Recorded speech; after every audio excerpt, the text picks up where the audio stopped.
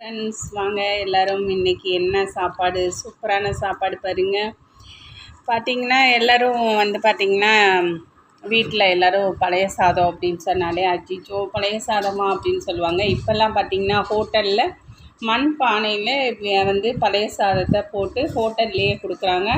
அருமையாக எல்லோரும் சாப்பிட்டுட்டு சூப்பராக இருக்குது அப்படின்னு சொல்கிறாங்க. இன்றைக்கி அதனால தான் பாருங்கள் வீட்டில் இன்றைக்கி பழைய சோறு இன்றைக்கி ரொம்ப குட்டு ஒரு ஃபுட்டுன்னா அது பழைய சாதம் தாங்க. வீட்டில் நம்மளே வீட்டில் சூப்பராக பழைய சாதத்தை ஊற வச்சு இந்த மாதிரி கத்திரிக்காய் தொக்கு வச்சு சாப்பிட்டிங்கன்னா செம்ம சூப்பராக இருக்கும்.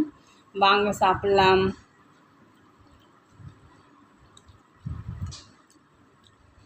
சூப்பரான ஃபுட்டுங்க. இயற்கையாக வீட்டில் இருக்கிற சாதம் பழைய சாதம் சாப்பிட்டோம்னா அவ்வளோ உடம்புக்கு நல்லது. இதை நிறைய பேர் மறந்துடுறாங்க. அந்த காலத்துலலாம் எல்லோரும் பழைய சோறு தானங்க சாப்பிட்ருக்கோம். இப்போ பார்த்திங்கன்னா திருச்சியிலலாம் அங்கங்கே பார்த்திங்கன்னா இந்த மாதிரி ஒரு சூப்பரான ஹோட்டல் இருக்குது. பழைய சாதத்தை வச்சு அழகாக ஒரு மண் பானையில் பழைய சாதத்தை போட்டுடுறாங்க. பக்கத்துலேயே மண் பானையிலேயே ஒரு சின்ன கூட்டு கொஞ்சம், அதுக்கப்புறம் பச்சை மிளகா, ஆனியன், சின்ன வெங்காயம் இதை வச்சு ஒரு தட்டில் வச்சிட்றாங்க. இது ஒரு 55 ரூபீஸ்லேருந்து 60 ரூபீஸ் பழைய சாதத்துக்கு ரேட் போடுறாங்க. இதை பார்த்திங்கன்னா நிறைய பேர் வேலைக்கு போகிறவங்க கிடைக்கல அப்படின்னு சொல்லிட்டு சிறப்பாக போய் வாங்கி சாப்பிட்றாங்க.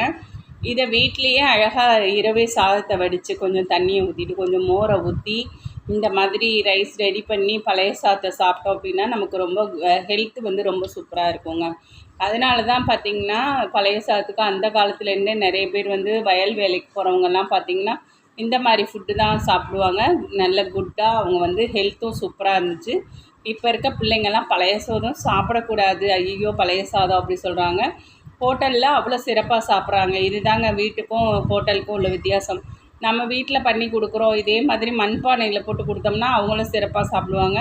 உடம்பும் நல்லா ஹெல்த்து சூப்பராக இருக்கும். நம்மளும் இனிமேல் மண்பானையை வாங்கி இந்த மாதிரி ரைஸை போட்டு கத்திரிக்காய் கூட்டு பார்த்திங்கன்னா செமையாக இருக்குது பாருங்கள். அவ்வளோ அருமையாக இருக்குது கத்திரிக்காய் கூட்டு. இந்த சாதம் பழைய சாதத்துக்கும் கத்திரிக்காய் கூட்டுக்கும் அருமைங்க.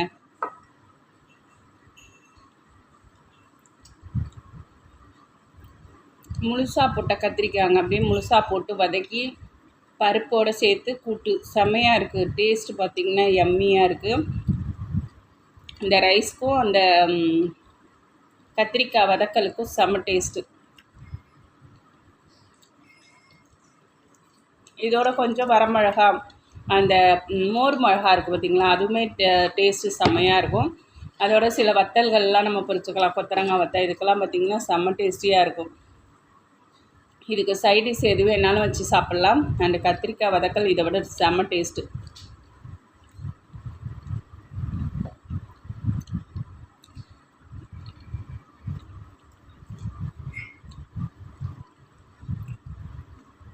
நீங்களும் ஃபுட்டை வீணாக்காமல் இந்த மாதிரி இரவே பண்ணிவிட்டு சூப்பராக சாப்பிடுங்க. ஹெல்த்தை சூப்பராக மெயின்டைன் பண்ணுங்கள். ஓகே ஃப்ரெண்ட்ஸ், இந்த வீடியோ பிடிச்சா லைக் பண்ணுங்கள், சப்ஸ்கிரைப் பண்ணுங்கள்.